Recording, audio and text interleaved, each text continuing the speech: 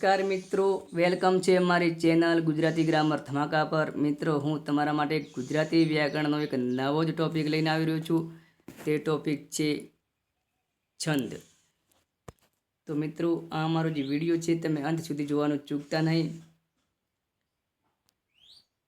તો હવે મિત્રો, હવે આપણે સ્ટાર્ટ કરીશું આપણો જે મુખ્ય ટોપિક છંદ।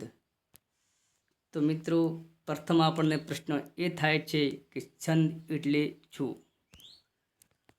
તો મિત્રો, છંદ એટલે ટૂંકમાં આપણે કહી શકાય છંદ એટલે કે માપ, બરાબર મિત્રો। હવે એને આપણે અંગ્રેજીમાં છંદ માટે કોઈ શબ્દ મૂકવો હોય તો આપણે મીટર શબ્દ મૂકી શકાય છે કે છંદ માટે અંગ્રેજીમાં મીટર શબ્દ વાપરવામાં આવે છે। છંદ માટે સંસ્કૃતમાં વૃત્ત શબ્દ વપરાય છે। મિત્રો, આ જે વ્યાખ્યાઓ છે બેઝિક છે। ઘણીવાર આવા જ પ્રશ્નો પરીક્ષામાં આવતા હોય છે, આપણે ભૂલના કારણે એક માર્ક્સ ખોવો પડતો હોય છે। તો મિત્રો, અત્યારથી જ તમે ખાસ ધ્યાન આપજો, આપણો એક માર્ક્સ ખોવાનો વારો ના આવી શકે।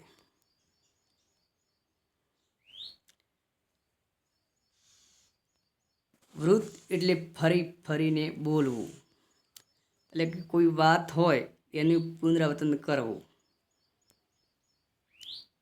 બરાબર, એને કહેવાય છે છંદ।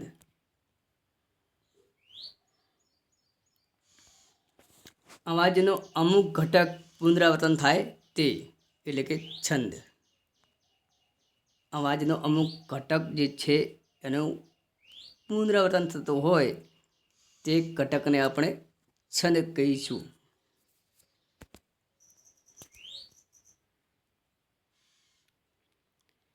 હવે મિત્રો, છંદની વિસ્તૃત જે વ્યાખ્યા છે એ આપણે જોઈ લઈએ। ઘણીવાર આવી જે વ્યાખ્યાઓ પરીક્ષામાં પૂછાતી હોય અને 4 ઓપ્શન આપેલા હોય ત્યારે આપણે નક્કી કરવાનું હોય છે સાચો આન્સર કયો હોઈ શકે। તો મિત્રો, ખાસ ધ્યાન આપજો, પંક્તિમાં મધુરતા અને લય ઉત્પન્ન કરવા માટે કરવામાં આવતી ચોક્કસ પ્રકારની ગોઠવણી એટલે કે છંદ। શું વાત થઈ છે મિત્રો?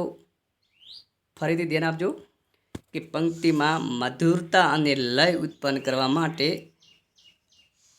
કરવામાં આવતી ચોક્કસ પ્રકારની ગોઠવણી એટલે કે છંદ। હવે મિત્રો, પ્રશ્ન એ થાય છે કે છંદના કેટલા પ્રકારો છે? તો જોઈએ એના વિશે। તો મિત્રો, છંદના મુખ્ય 2 પ્રકારો છે। કયા કયા પ્રકારો છે? તો પ્રથમ છે મિત્રો અક્ષરમેળ છંદ। હવે અક્ષરમેળ છંદને બીજા કયા નામે ઓળખવામાં આવે છે? પ્રશ્ન આવી શકે મિત્રો, તો એ પણ આપણે યાદ રાખવું ખૂબ જ જરૂરી બની રહે છે। વર્ણમેળ છંદ। વર્ણ એટલે કે અક્ષર। બીજું છે મિત્રો માત્રામેળ છંદ। મિત્રો, હવે આપણે વાત કરીએ કે અક્ષરમેળ છંદમાં આપણે શું કરવાનું હોય છે? અક્ષરોની ગોઠવણી, કેટલા અક્ષરો હોય છે એની ગોઠવણીના આધારે અક્ષરમેળ છંદ ઓળખી શકાય છે। ટૂંકમાં કહીએ તો અક્ષરમેળ છંદ અક્ષરના આધારે ચાલો છંદ કહી શકાય। અને માત્રામેળ છંદ છે એમાં માત્રાઓની ગણતરી કરી શકાય, એટલે કે માત્રામેળ છંદમાં ટૂંકમાં કહી શકાય કે માત્રાના આધારે ચાલો કોઈ છંદ હોય તો માત્રામેળ છંદ છે। જોઈએ મિત્રો અક્ષરમેળ છંદની બેઝિક માહિતી, ખૂબ જ ઉપયોગી મિત્રો આ જે માહિતી બની રહે છે, તો ખાસ ધ્યાન આપજો। ઘણીવાર અવારનવાર પરીક્ષામાં પૂછાતી હોય છે, આવી વ્યાખ્યાઓના આધારે અઢળક પ્રશ્નો પૂછાતા હોય છે। આપણે એક પણ માર્ક્સ ખોવો ન પડે એટલા માટે પૂરેપૂરી કાળજી રાખવાની છે। તો જોઈએ મિત્રો અક્ષરમેળ છંદ। તો આ પ્રકારના છંદમાં અક્ષરોની સંખ્યા નક્કી કરવાની હોય છે। આપણે આગળ જ વાત કરી હતી અક્ષરમેળ છંદ। હવે અક્ષરના આધારે આપણે નક્કી કરવાનું છે। અક્ષરમેળ છંદમાં અક્ષરો ધ્યાનમાં લેવાના હોય છે, બરાબર, કયા છંદમાં કેટલા અક્ષરો હોય છે તે। અને આ પ્રકારના છંદમાં લઘુ ગુરુનું સ્થાન પણ નક્કી હોય છે, બરાબર, કયો અક્ષર લઘુ છે કયો અક્ષર ગુરુ છે, બરાબર, એનું સ્થાન જો નક્કી કરતો કોઈ છંદ હોય તો એ છંદ કયું કહી શકાય? અક્ષરમેળ છંદ। મિત્રો, ખાસ ધ્યાન આપજો કે કયા પ્રકારના છંદમાં લઘુ ગુરુનું સ્થાન પણ નક્કી હોય છે? 4 ઓપ્શન આપેલા હોય છે, બરાબર. ત્યારે આપણે નક્કી કરવાનું છે કે સાચો આન્સર કયો હોઈ શકે. તો મિત્રો ખાસ ધ્યાન આપજો, અક્ષરમેળ છંદ. ને આ છંદને વર્ણમેળ છંદ પણ કહે છે. મિત્રો કયા છંદને વર્ણમેળ છંદ કહે છે? તો અક્ષરમેળ છંદને વર્ણમેળ છંદ કહે છે. હવે મિત્રો છંદ સમજવા માટે પાયાની ખાસ બાબતો, ખૂબ જ મિત્રો આ જે બાબતો છે તમારા માટે ખૂબ જ ઉપયોગી બની રહે છે. તો આ વિડીયો જોવાનું તમે ચૂકતા નહીં મિત્રો, અંત સુધી જોતા રહેજો. જોઈએ તો મિત્રો લઘુ અક્ષર.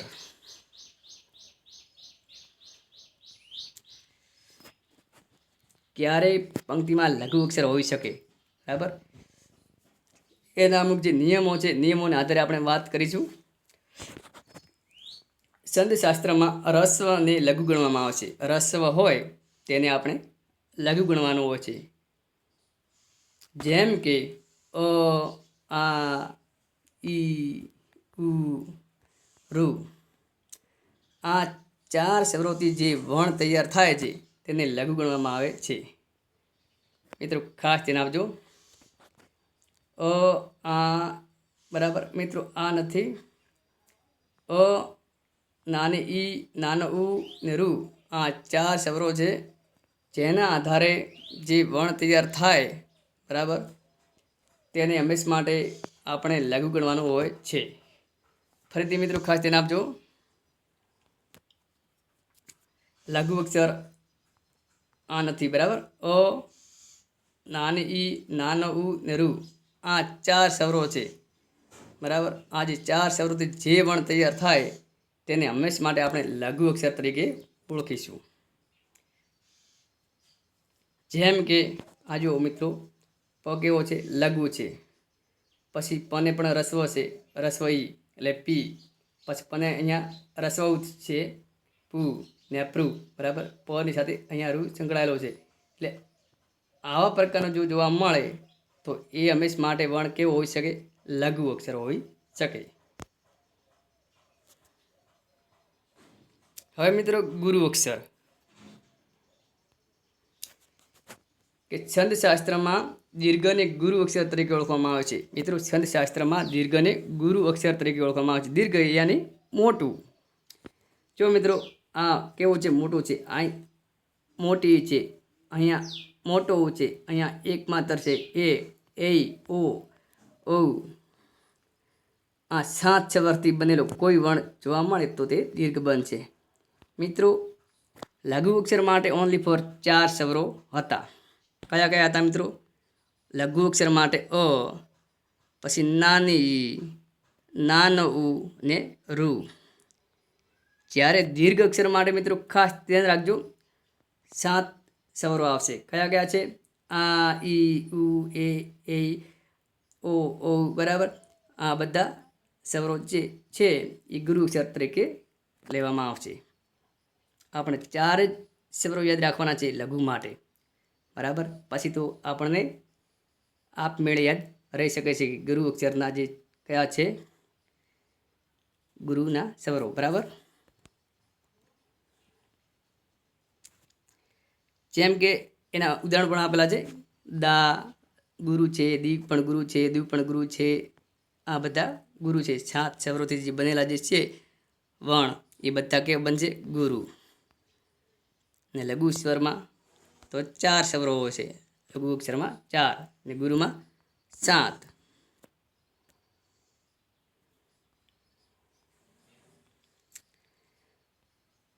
તો મિત્રો લઘુ માટેનો સંકેત પ્રથમ એબીસીડીનો યુ સમાન છે, બરાબર.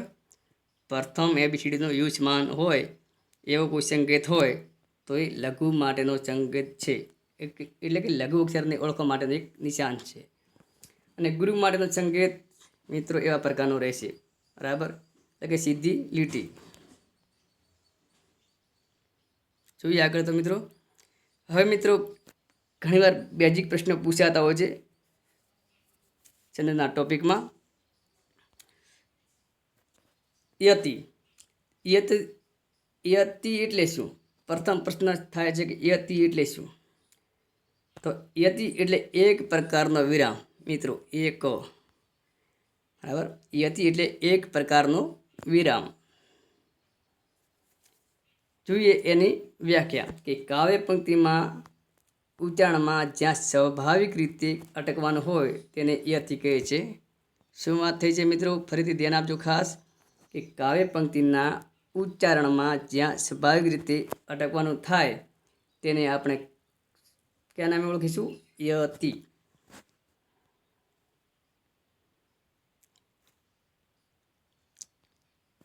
યતિનું સ્થાન ના જળવાય તો યતિનો ભંગ થયો કહેવાય.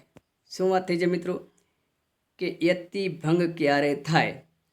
તો યતિનું જે સ્થાન હોય છે તે ન જળવાઈ રહે તે વખતે હંમેશા માટે યતિનો ભંગ થતો હોય છે.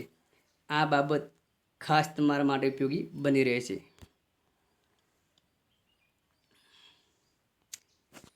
યતિના ઉપયોગથી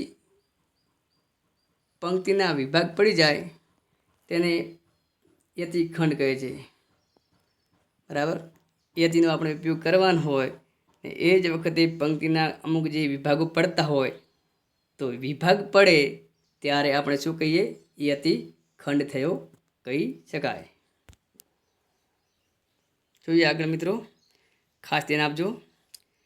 હવે મિત્રો વાત છે કે લઘુ અક્ષરો ગુરુ ક્યારે બને? હવે અમુક જે લઘુ અક્ષરો હોય છે એ ક્યારે ગુરુ બની શકે? તો જોઈએ એની બેઝિક માહિતી. એટલે તમને મિત્રો પૂરેપૂરું ધ્યાન આવી જશે કે જોડાયેલા અક્ષરોમાં પ્રથમ ગુરુ હોય છે. મિત્રો કોઈ પણ શબ્દ જોડાયેલો હોય તો એમાં જો પ્રથમ જે અક્ષર હોય છે એ હંમેશા માટે ગુરુ જ હોય છે. જોઈએ તેના ઉદાહરણો. સત્ય. તો મિત્રો છ કેવું બનશે? ગુરુ બનશે. બરાબર. વ્યાખ્યા પ્રમાણે બંધ બેસતો શબ્દ છે. જોઈ લો મિત્રો. શું વાત કરી છે કે જોડાયેલા અક્ષરોમાં પ્રથમ ગુરુ હોય છે. તો જોડાયેલા પ્રથમ તમને અહીંયા કયો જોવા મળે છે? સ. તો સ કેવો છે? ગુરુ. એ જ પ્રકારે અહીંયા કૃત્ય. તો કૃ કેવો છે? ગુરુ. દેખાય છે કેવો? લઘુ, પણ છતાં એને ગુરુ માનવામાં આવે છે. કેમ કે અક્ષર કેવો છે? જોડાયેલો છે. બરાબર. એવા પ્રકારે શબ્દ જોડાયેલો હોય તો આપણે તેની આગળનો જે અક્ષર છે લઘુ હોવા છતાં કેવું બની રહે છે? ગુરુ. મર્મ, અગ્નિ, શક્તિ. બરાબર. એ કેવા છે મિત્રો? એમાં જો પ્રથમ શબ્દ છે, પ્રથમ અક્ષર છે, લઘુ છે, પણ અહીંયા આપણે એને ગુરુ માનવું જ પડે છે. હવે મિત્રો આગળ જે વાત થઈ છે કે તીવ્ર અનુસ્વારવાળા અક્ષરો ગુરુ બને છે. મિત્રો તીવ્ર અનુસ્વાર હોય એવા અક્ષરો ગુરુ બને છે. લઘુ હોવા છતાં કેવા બને છે? ગુરુ બને છે. ક્યારે? કે તીવ્ર અનુસ્વાર આવતો હોય ત્યારે. જોઈએ તો ઉદાહરણ સ્વરૂપે પંકજ, દંડ, સમંતી, ગંગા, પિંડ. બરાબર મિત્રો. આ જે શબ્દો છે આ કેવા લાગે છે તમને? જોવા મળે છે લઘુ સમાન, પણ મિત્રો લઘુ નથી.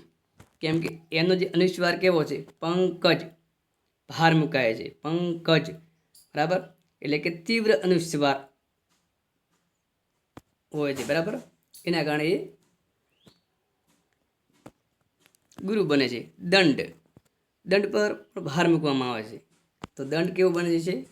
ગુરુ. સમંતી પણ ગુરુ બને છે. ગંગા પણ ગુરુ બને છે. પીઠ પણ ગુરુ બને છે. એ પ્રકારે મિત્રો આપણે ખાસ ધ્યાનમાં શું લેવાનું છે કે જ્યારે કોઈ પણ શબ્દ હોય તેના ઉપર તીવ્ર અનુસ્વાર હોય તો હંમેશા માટે તે અક્ષર હંમેશા માટે કેવું બનશે? ગુરુ બનશે. જોઈએ મિત્રો હવે આગળ. વિસર્ગ પહેલાનો અક્ષર ગુરુ ગણાય છે. મિત્રો વિસર્ગ કોને કહેવાય? તો મિત્રો પાછળ ટપકા હોય, બરાબર, તો આને કહેવાય વિસર્ગ. બરાબર.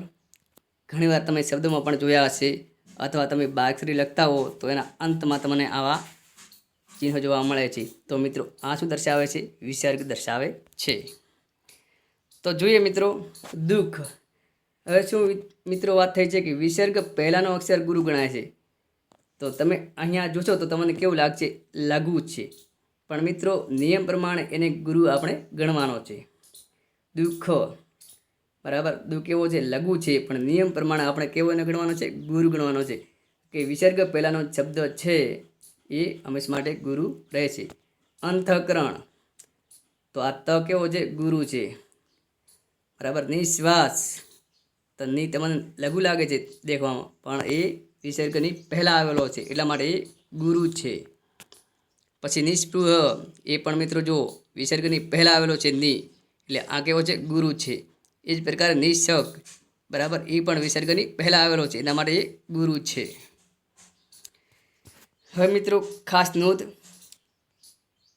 ખોડા અક્ષરને લઘુ ગણવામાં આવે છે. ખોડો અક્ષર હોય અથવા હલંગ કોઈ અક્ષર હોય એને લઘુ ગણવામાં આવે છે. જોઈએ એના ઉદાહરણ.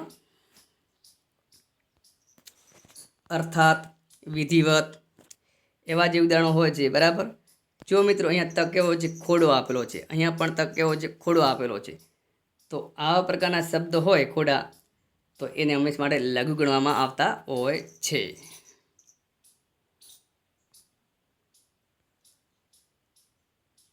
હવે મિત્રો જોઈએ આપણે છંદની ગણરચના કેવા પ્રકારની હોય છે. છંદની ગણરચના, એમાં મિત્રો ગણરચનાનું જે સૂત્ર છે, ય મા તા રાજ ભાન સલોગા. મિત્રો છંદની 6 ટ્રીક છે. આટલી તમે જો બાબત ધ્યાનમાં રાખો તો મોટા ભાગે તમને મિત્રો ખ્યાલ આવી જશે. 25% તમારે આ ક્લિયર થઈ જાય, બરાબર. આના સૂત્ર પર જ પછી આપણે લઘુ ને ગુરુ આપણે આગળ ભણી ગયા છીએ, એ બાબત ધ્યાનમાં રાખો. પછી મિત્રો આપણો જે ટોપિક છે છંદ વિશેનો 100% ક્લિયર થઈ શકે. જોઈએ તો મિત્રો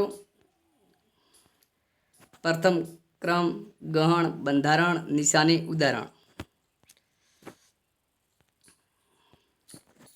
પ્રથમ છે ય.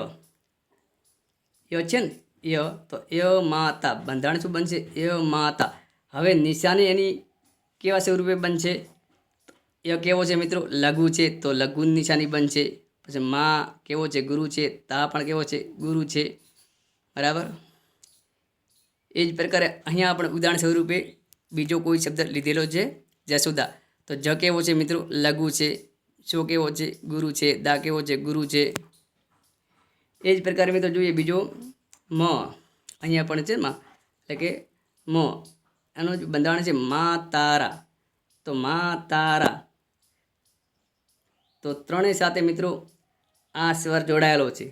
તો આ હંમેશ માટે કેવો સ્વર છે? ગુરુ. તો અહીંયા ત્રણેય જગ્યાએ શું આવશે? ગુરુ, બરાબર. તેની નિશાની ગુરુ બનશે. એનું ઉદાહરણ સ્વરૂપે લીધેલું છે આકાંક્ષા, બરાબર. એ પણ કેવું બનશે? ગુરુ. હવે જોઈએ આગળ તો ગણ નંબર ત્રીજો તો તનું ગણ બંધારણ બનશે મિત્રો તારાજ. તો જુઓ મિત્રો તારાજ, તો તા કેવો છે? ગુરુ છે. રા કેવો છે? ગુરુ છે. જ કેવો છે? લઘુ છે. છે ને મિત્રો એ પ્રકારની નિશાને. જોઈએ તો મિત્રો આકાશ, એનું ઉદાહરણ. તો આકાશ મિત્રો કેવો છે? આ ગુરુ, કા ગુરુ ને છ લઘુ. એ જ પ્રકારે મિત્રો આગળ જોઈએ તો ચોથા નંબરનો જે ગણ છે ર. રનું બંધારણ બનશે રાજપા. હવે એની જો નિશાની કરીએ લઘુ ગુરુ પ્રમાણે, તો રા કેવું બનશે? ગુરુ બનશે. જ કેવું બનશે? લઘુ બનશે. અને ભા કેવું બનશે મિત્રો? ગુરુ બનશે, બરાબર મિત્રો.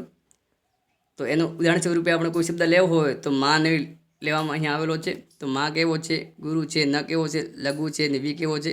ગુરુ છે. એ જ પ્રકારે મિત્રો જોઈએ આગળનું ઉદાહરણ. 5મા નંબરનું જે ગણ જ. જ ગણનું જે બંધારણ બનશે મિત્રો જ ભાન. જ કેવો છે મિત્રો? લઘુ. ભા કેવો છે? ગુરુ. ન કેવો છે? લઘુ. એનું પણ ઉદાહરણ સ્વરૂપે અહીંયા લેવામાં આવેલું છે સદૈવ. તો સ કેવો છે? લઘુ. દે કેવો છે? ગુરુ. ને વ કેવો છે? લઘુ.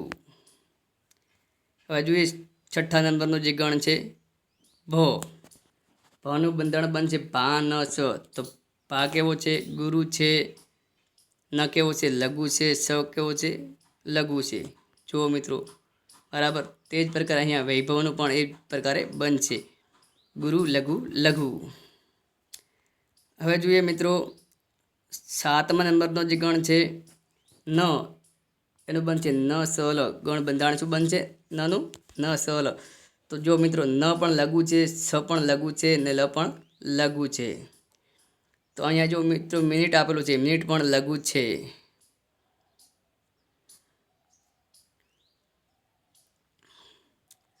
જો મિત્રો 8મા નંબરનો છે છ ગણ, તો એનું બનશે સ લ ગા. તો મિત્રો છ કેવો છે લઘુ, લ કેવો છે લઘુ ને ગા કેવો છે ગુરુ. એનું ઉદાહરણ સ્વરૂપે લીધેલો છે શબ્દ સરલા. તો સ કેવો છે મિત્રો લઘુ, ર કેવો છે લઘુ ને લા કેવો છે ગુરુ. મિત્રો તમને આ ટોપિક પૂરેપૂરું સમજાઈ ગયો છે. તો મિત્રો આ અમારો જે વિડીયો છે તમે બીજા મિત્રોને પણ શેર કરજો, જેથી કરીને તેમને પણ આ વિડીયો ખૂબ જ ઉપયોગી બની શકે. અને અમારી ચેનલ જો સબસ્ક્રાઈબ જો ના કરી હોય તો વહેલી તકે કરી લેજો, જેથી કરીને અમારા જે વિડીયો છે તમને સમયસર મળતા રહે.